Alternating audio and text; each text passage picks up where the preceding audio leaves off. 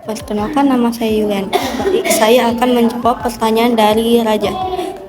Pertanyaannya, peran apa yang akan kita lakukan dan strategi apa yang akan kita berikan supaya negara Indonesia bisa terus berdiri kokoh menghadapi ATHG, terutama di daerah Yogyakartanya sendiri.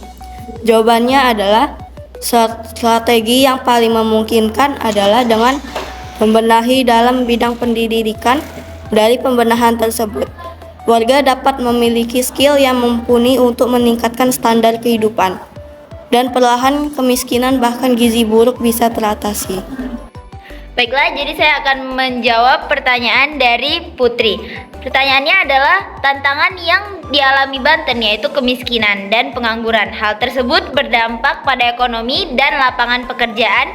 Apa solusi agar daerah tersebut dapat lebih maju dan berkembang? Jadi jawabannya adalah tentu saja dengan menambahkan lapangan pekerjaan dan meningkatkan pekerja yang berkualitas melalui pendidikan yang lebih lanjut.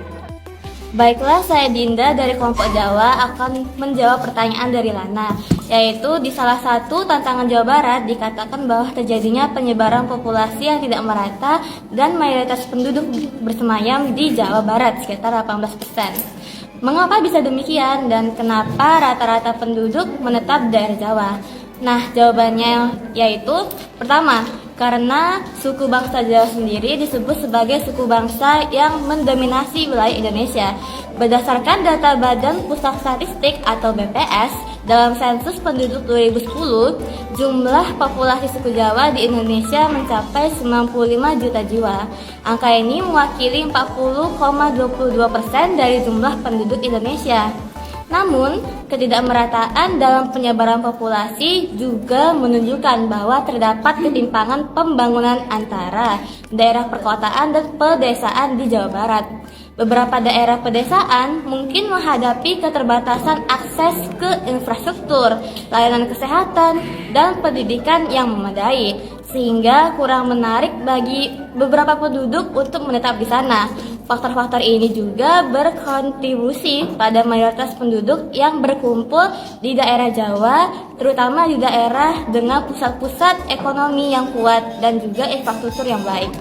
Baiklah, saya akan menjawab pertanyaan dari Reksa. Pertanyaannya itu adalah solusi apa yang dilakukan pemerintah dalam menangani ATHG di Pulau Jawa. Baiklah, jawabannya itu adalah yaitu untuk memperbaiki standar pendidikan dari pendidikan yang baik. Pastilah tumbuh orang-orang yang memiliki skill untuk meningkatkan pendapatan hidup, sehingga secara tidak langsung juga kita membantu dalam perekonomian setempat. Lalu kita juga bisa ikut andil dalam memperbaiki sistem pemerintahan sekiranya terdapat beberapa aparat-aparat yang melakukan tindakan korupsi. Jadi saya akan menjawab pertanyaan Chelsea. Pertanyaannya yaitu di Jawa Tengah terdapat hambatan berupa sulitnya pembangunan jalan. Bagaimana penyelesaian hambatan tersebut? Jadi jawabannya, untuk perbaikan jalan, pemerintah Jawa Tengah baru memiliki anggaran sekitar 20-30%. Maka mereka memperbaiki jalan secara bertahap dengan memperhatikan skala prioritas. Pemerintah Jawa Tengah juga harus meningkatkan anggaran mereka dalam rangka membangun fasilitas jalan yang memadai.